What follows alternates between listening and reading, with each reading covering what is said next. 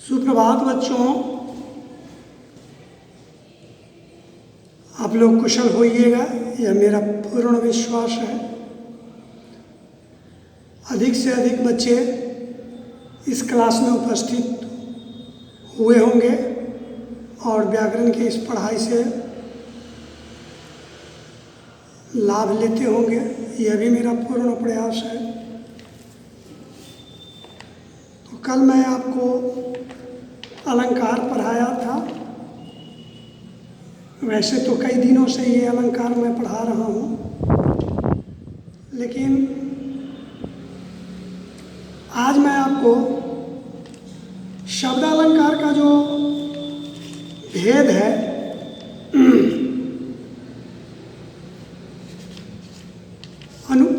अनुप्रास अलंकार, यमक अलंकार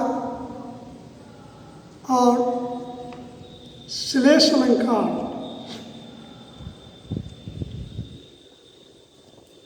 इसमें मैं आपको श्लेष अलंकार पर आज प्रकाश डालूंगा।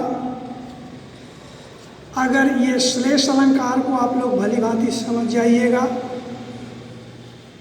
तो मैं हो सकता है मैं आगे भी बढ़ूं। तो अनुप्रास अलंकार पढ़ लिए हैं कि जिस काव्यखंड में वर्णों की आवृत्ति बार बार होती है, जैसे चारु चंद की चंचल किरणें खेल रही हैं जलथल में, च की आवृत्ति बार बार हो रही है। तो ऐसे अलंकार को हम अनुप्रास अलंकार कहेंगे, ठीक है। उसके बाद यमक अलंकार के बारे में भी मैं कल आपको बतला दिया था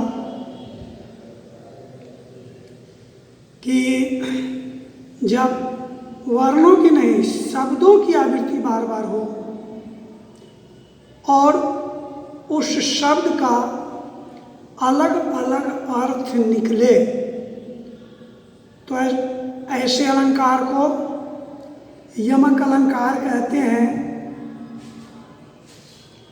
जैसे सजना है मुझे सजना के लिए, या जो 3 बेर खाती थी वो 3 बेर खाती है, या फिर कनक कनकते 100 गुनी मादकता अधिकाय, एक खाए बौराए नर एक पाए बौराए।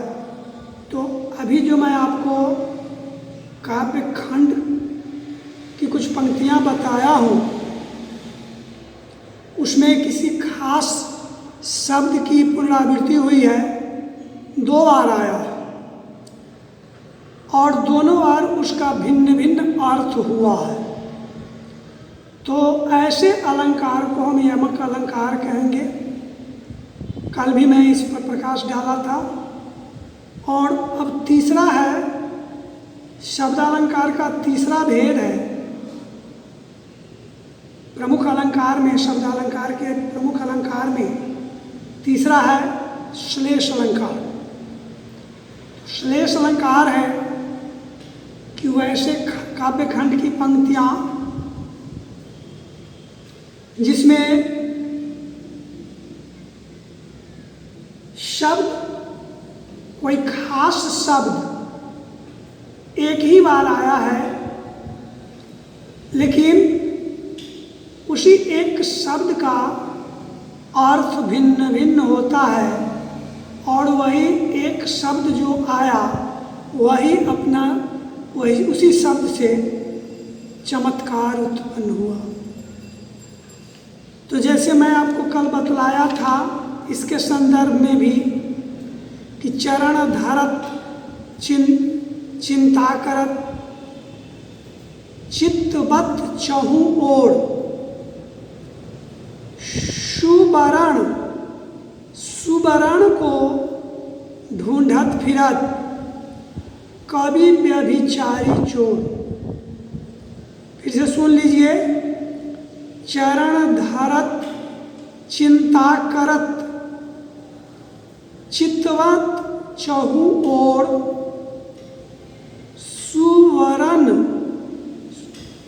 सुवर्ण को ढूंढत फिरत,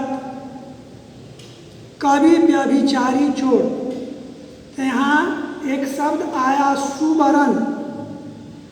सुवर्ण का कवि के लिए अलग अर्थ होगा, व्यभिचारी के लिए अलग अर्थ होगा और चोर के लिए अलग अर्थ होगा। कल भी मैं इसका वर्णन करके आपको बता दिया था। जैसे और से काव्यखंड की पंक्तियां मैं बता रहा हूँ। मधुबन की छाती को देखो, सूखी कितनी इनकी कलियां। मधुबन की छाती को देखो, सूखी कितनी इनकी कलियां। तो कलियां का यहाँ पर दो अर्थ होता है। एक कलियां का अर्थ होता है फूल को खिलने से पहले की जो अवस्था होती है ना, उसे कली कहते हैं। तो एक कलियां का ये अर्थ हुआ और एक कलियां का अर्थ हुआ यौवन।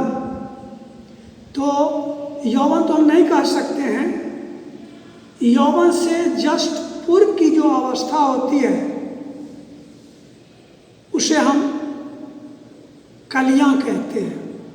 माने अब जो है इस अवस्था से यौवनावस्था ही व्यक्ति ग्रहण करता है, तो उस अवस्था को कलियां कहते हैं। अब एक और देख लीजिए, जो रहीम गति दीप की, कुल कपूत गति सोए। जो रहीम ये अलंकार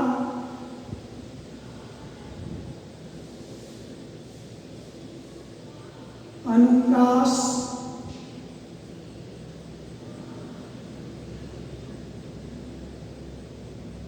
अलंकार जो मैं पढ़ा चुका हूँ,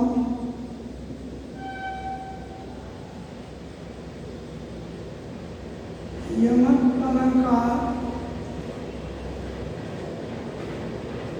इसे भी मैं पढ़ा चुका हूँ। तीसरा है श्रेष्ठ अलंकार। अभी अभी वर्तमान में मैं इस पर प्रकाश डाल रहा हूँ और मेरा विश्वास है कि श्रेष्ठ अलंकार के बारे में मैं जो भी वर्णन करूँगा वो आप अच्छी तरह समझ लीजिएगा। इसमें क्या है, शब्द की पुनरावृत्ति 2 बार हुई है, लेकिन दोनों बार इसका अलग अलग अर्थ हुआ है। और इसमें क्या है, शब्दों की पुनरावृत्ति नहीं हुआ है, एक ही शब्द है और अलग अलग शब्दों के साथ उसका अलग अलग अर्थ निकलता है। मतलब एक ही शब्द है, उसका अर्थ भिन्न भिन्न होता है। जैसे देखिए, जो रहीम गति दीप की, कुल कपूत गति सोए। बारे उजियारों करे, बढ़े अंधेरों होए। इस वाक्य में, इस काव्यखंड में बारे वो आकार और रे, ये बारे जो हुआ इसका प्रयोग हुआ है। बारे उजियारे करे बढ़े, बढ़े एक और भी शब्द इसमें दो को श्रेष्ठ अलंकार ब और ढ एक ढे बढ़े, तो दो शब्द इसमें आया है जो दोनों शब्द श्लेष है, क्योंकि बारे का दो अर्थ होता है। बारे एक ही बार आया है काव्यखंड में, लेकिन इसका दो अर्थ होता है। एक होता है कि दीपक को जो जलाते हैं ना, तो जलाने की जो स्थिति होती है उसे हम बारे कहते हैं। और एक होता है, बारे का मतलब होता है बचपन में, बचपन में। एक बारे का मतलब होता है जलाने पर। उसी प्रकार एक बढ़े माने बड़ा होना, धीरे धीरे ग्रेजुअली आदमी बढ़ता है तो उसको बढ़ना कहते हैं। और एक कहते हैं बढ़े का मतलब, बढ़े का मतलब बूझना, बूझने पर।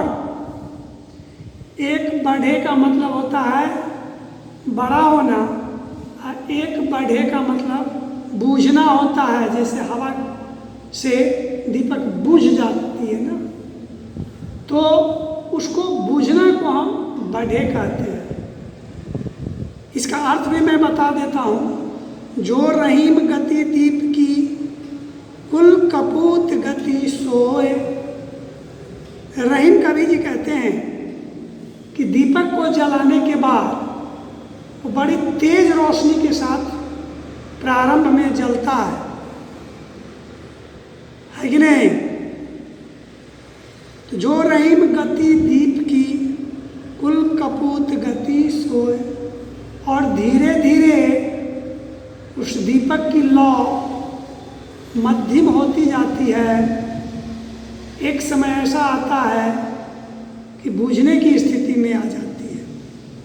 ठीक उसी प्रकार घर में अगर किसी संतान का जन्म होता है, मेरा मतलब है संतान का, संतान कहने का मतलब मेरा ये मतलब है कि अगर घर में लड़का का जन्म होता है तो घर में देखिए ना कितनी खुशियाँ मनाई जाती है। 1000, 2000, 5000 रुपया पार्टी में आदमी खर्च कर देते हैं। लेकिन वहीं लड़की होती है तो सभी घर के सदस्य मुंह बना करके बैठे रहते हैं। क्यों भाई, क्या कारण है? क्यों तुम मुंह बना करके बैठे हुए हो? इसलिए ना कि तुमको लड़की की शादी करके या उसको अपने घर को भेज देना है और लड़का तुम्हारे समक्ष सब दिन रहेगा। लेकिन आज के लड़कों से कोई उम्मीद नहीं कीजिएगा। जो भी उम्मीद है लड़की से ही कीजिएगा। शादी के उपरांत भी अगर आपकी तबीयत खराब हो जाती है और इसकी सूचना अगर लड़की के कान तक जाती है तो लड़की जो है आनन फानन में वहाँ से भागे हुए पिता से मिलने, माता से मिलने अवश्य आती है। लेकिन घर का लड़का, तबीयत आपकी खराब है, चला गया सिनेमा देखने। दूर आपकी तबीयत तो इसी तरह खराब होती है, कहाँ तक हम आपके फेराए पड़े। तो कितना है लड़की लड़का में अंतर। फिर भी लोग, एक जो सोच है समाज का, उस सोच के अंतर्गत भले लड़का मारे पीटे कुछ भी करे, लेकिन लड़का हुआ है ना, बड़ी खुशी हो रही है। तो उसी प्रकार कबीर, रहीम कवि जी कहते हैं कि जिस प्रकार दीपक की गति होती है कि शुरू में जब वो जलता है, नहीं बारे, जब वो जलता है तो उसकी रोशनी तीव्र होती है, और जैसे जैसे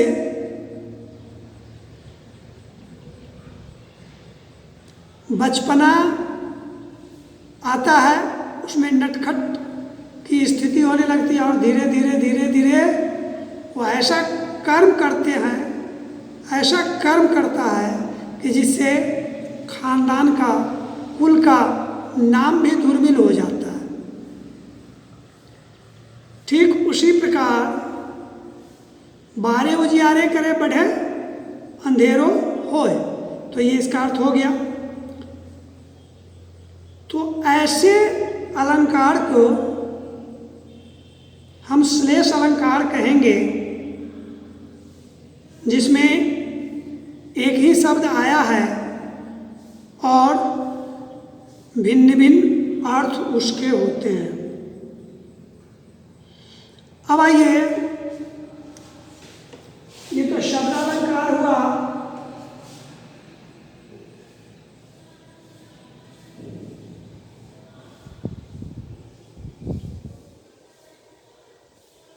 आज शब्द अलंकार कंप्लीट हो गया। शब्द अलंकार आज कंप्लीट हो गया। मैं अब आपको अर्थालंकार की ओर ले चलता हूं।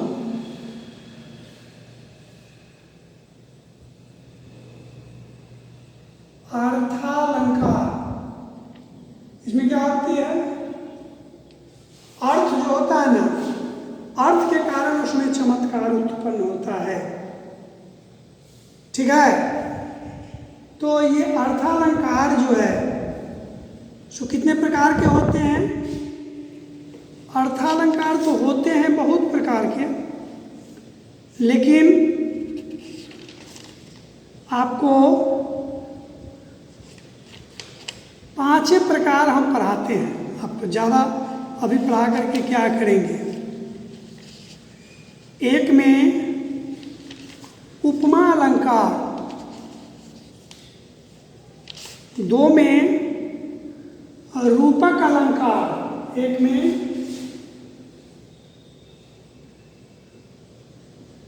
उपमा अलंकार, 2 में रूपक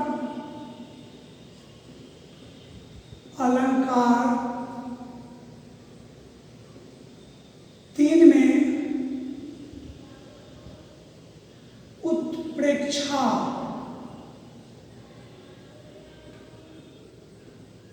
अलंकार, 4 में उत्प्रेक्षा अलंकार, और 4 में क्या होगा? मानवीकरण।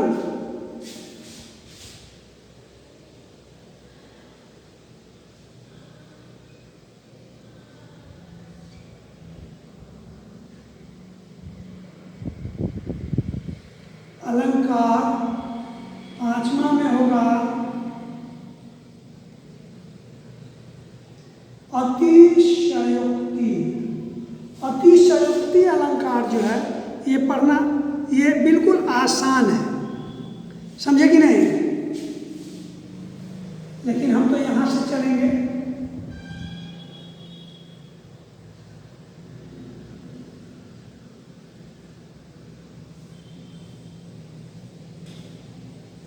अतिशयोक्ति अलंकार, यही 5 अलंकार है अर्थालंकार में। अर्थालंकार के यही 5 अलंकार है। मानवी उपमा अलंकार, रूपक अलंकार, उत्प्रेक्षा अलंकार, मानवीकरण अलंकार और अतिशयोक्ति अलंकार। ये 5 अलंकार को आप भली भांति याद कर लीजिए तो ज़्यादा अच्छा रहेगा।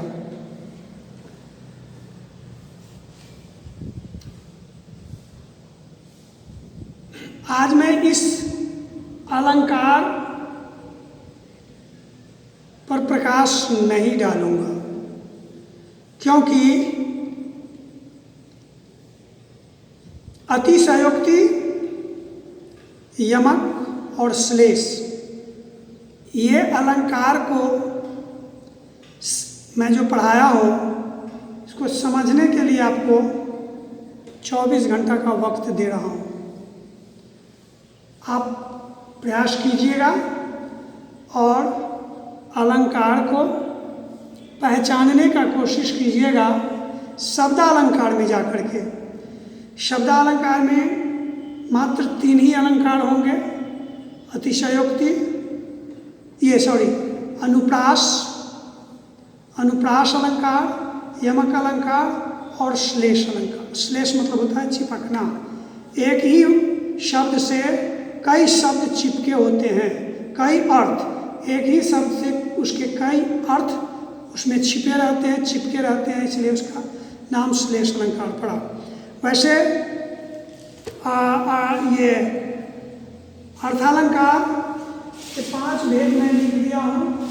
उपमा अलंकार, रूपक अलंकार, प्रेक्षा अलंकार, मानवीकरण अलंकार और अतिशयोक्ति अलंकार। इसको याद कर लीजिएगा और कल मैं इस पर प्रकाश डालूंगा। धन्यवाद, आप मेरे क्लास में उपस्थित हुए, इसके लिए बहुत बहुत धन्यवाद आपको।